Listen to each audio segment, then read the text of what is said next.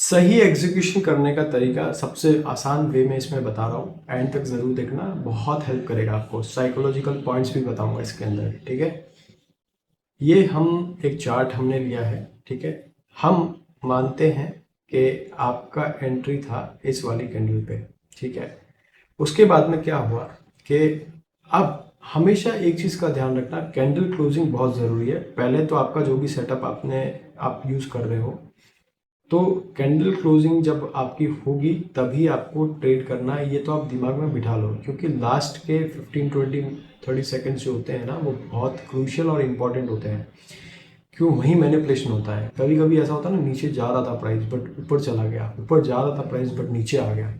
वो ये ट्रिक होता है लास्ट मोमेंट पे, जिस भी टाइम फ्रेम पे आप हो। मैं 5 मिनट की बात कर रहा हूँ इंट्राडे पर्सपेक्टिव से। तो ये जब क्लोजिंग हुई, तो क्लोजिंग होते वक्त आपको एक अंदाज़ा लग जाएगा, आप अगर मार्केट में हो तो, और जब चार्ट सीख रहे हो तो जब क्लोजिंग हो रही होगी ना, 20-25 सेकंड बाकी रहेंगे, तब आपको एक अंदाज़ा लगेगा कि आपको कहाँ तक आपका ट्रिगर आ रहा है। आपको पता है कि ट्रिगर आ गया, तो आपको कहाँ पे शॉर्ट करना है ये आपको पता है। आपका क्वांटिटी मैनेज आप कैसे करोगे, ये आपको एक अंदाज़ा लगेगा कि इस वे में क्या हो रहा है कि कैंडल क्लोजिंग हो रही है और मैंने एक लगा लिया इंस्टिंक्ट के भाई इतना यहाँ तक कैंडल क्लोज होगी और यहाँ पे मुझे क्या करना है कि एंट्री लेनी है, और मेरा एसएल समवेयर 2.5 रुपये का आएगा। कोई भी स्क्रिप्ट हो सकता है, एग्जाम्पल में समझा रहा हूँ, वो आप कैलकुलेशन समझना, क्वांटिटी भी मैनेज करना है इसमें। तो 2.5 रुपये का मेरा एसएल आ रहा है, ठीक है। 2.5 रुपये का एसएल आएगा समवेयर, चलो 10-15 पॉइंट ऊपर नीचे हो जाएंगे, ठीक है। 10-15 पैसे ऊपर नीचे हो जाएंगे, ठीक है। तो जब 2.5 रुपये का एसएल आ रहा है ना, अब मेरे दिमाग में आ जाना चाहिए कि मेरा रिस्क कितना है।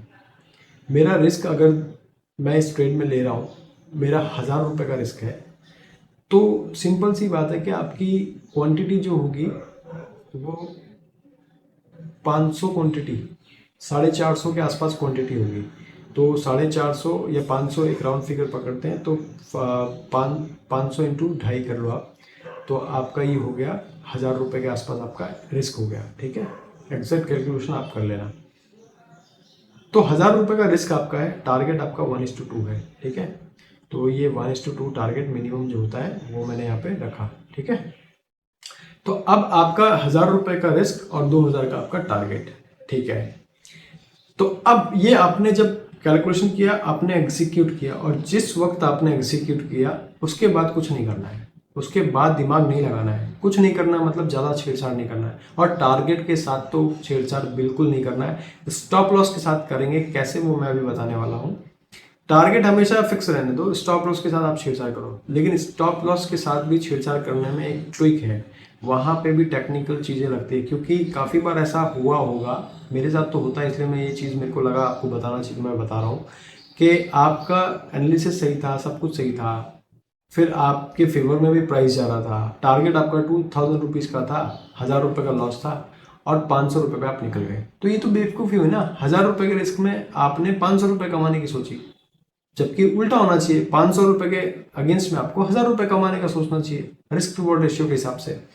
तो इसीलिए जब टारगेट तक बैठना, क्योंकि आपको, और टारगेट आपको जब बाद में दिया तो आपको रिग्रेट भी आएगा अगर आप टारगेट नहीं लोगे तो इसीलिए टारगेट तक रुको, टारगेट फिक्स रखो, ट्विक करो एसएल।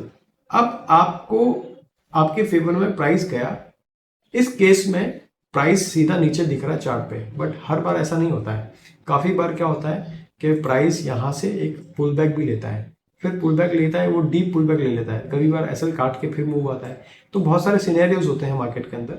तो ये जब आपने किया यहाँ पे, जैसे मैंने बताया आपको कि जब आपका एंट्री हो चुका है उसके बाद दिमाग नहीं लगाना, दिमाग सिर्फ एसएल को, रिस्क को मिनिमाइज करने में, जो ट्रेलिंग एसएल कहते हैं, उसमें लगाना। हमेशा एक चीज ध्यान रखना कि जब या तो आप फिक्स कर लो कि 1:1, 1000 रुपये मेरा रिस्क था, 1000 रुपये मुझे मेरा रियलाइज पीएनएल में जो रनिंग पीएनएल है, जो M2M है, वो आपको अगर वहाँ पे दिख जाता है तो मैं फिर अब उसमें 1000 रुपये का रिस्क नहीं ले रहा, मेरा रिस्क 0 हो गया। सिंपल ट्रेल कर लिया आपने। तो उस केस में क्या होगा कि आप इसको यहाँ पे लाके छोड़ दोगे। तो अब ये या तो टारगेट दे या कॉस्ट टू कॉस्ट आप निकलोगे, राइट। बट सेम सिनेरियो में क्या है कि अगर आपके फेवर में मार्केट गया और आपने क्या किया, फेवर में आपके जाने के बाद वापस रिटेस्ट करने आता है और रिटेस्ट करके आप जल्दबाजी में अगर एसएल को छोटा करने की कोशिश करोगे डर में, ये डर तब आता है जब हेवी क्वांटिटी होती है। अगर आपकी क्वांटिटी नॉर्मल है, 1000 रुपये आपको पता है, ठीक है, कोई दिक्कत नहीं है, तो आप उसको छेड़ोगे भी नहीं। लेकिन जहां आपने 500 क्वांटिटी की जगह 2000 क्वांटिटी डाली ना, तो वो ऊपर हल्का भी जाएगा ना तो भी आपको 1000 रुपये दिख जाएगा, फिर आप घबराना चालू हो जाओगे, फिर आप छेड़खानी करोगे और इवेंचुअली आपका ट्रेड सही था उसके बाद भी आपका एसएल हो गया, आपका लॉस हो गया, और फिर आप फोमो में यहाँ ट्रेड करोगे, फिर वो एसएल्स कटना स्टार्ट हो जाएंगे वॉलेटिलिटी में, ठीक है, और रिट्रेसमेंट में। तो ये जब आपने एंट्री ले ली ना, तो हमेशा जब मूव आ गया, एक तो मैंने बताया आपको 1:1 आ जाता, तब दूसरा एक अच्छा रिट्रेसमेंट होने के बाद जब प्राइस नीचे जा रहा हो इस तरीके से, तब आप उसको वहां पे करो, क्योंकि वो स्विंग आपको मिल जाएगा, या एक स्विंग मिल जाएगा, या 4-5 कैंडल रुकने के बाद मूव आया तो वो एक आपको एक हल्का सा छोटा सा एक्यूमुलेशन हुआ था, जो रेंज था वो रेंज का सपोर्ट मिल जाएगा, तब आप ट्रेल करो उसको, एंड उसके बाद आप ट्रेल करो टारगेट तक। और अगर टारगेट आपका आ गया है, टारगेट भी ब्रेक हो चुका है अच्छी कैंडल से, जैसे इस केस में दिख रहा है, तो आप उसको बुक कर लो, या फिर आप उसको कुछ क्वांटिटी बुक करो और कुछ को फिर आप 1:1 पे या 1:2 पे लगा के छोड़ दो, रेस्ट ऑफ द अमाउंट आप ट्रेड करते चलो। ये एक बेस्ट सिनेरियो होता है, और वैसे कई तरीके होते हैं, लेकिन आपका बेस्ट सिनेरियो यही होता है। या फिर स्टैटिक रहो कि इधर स्टॉप लॉस हिट होगा तो निकलूंगा और टारगेट हिट होगा तो ही निकलूंगा।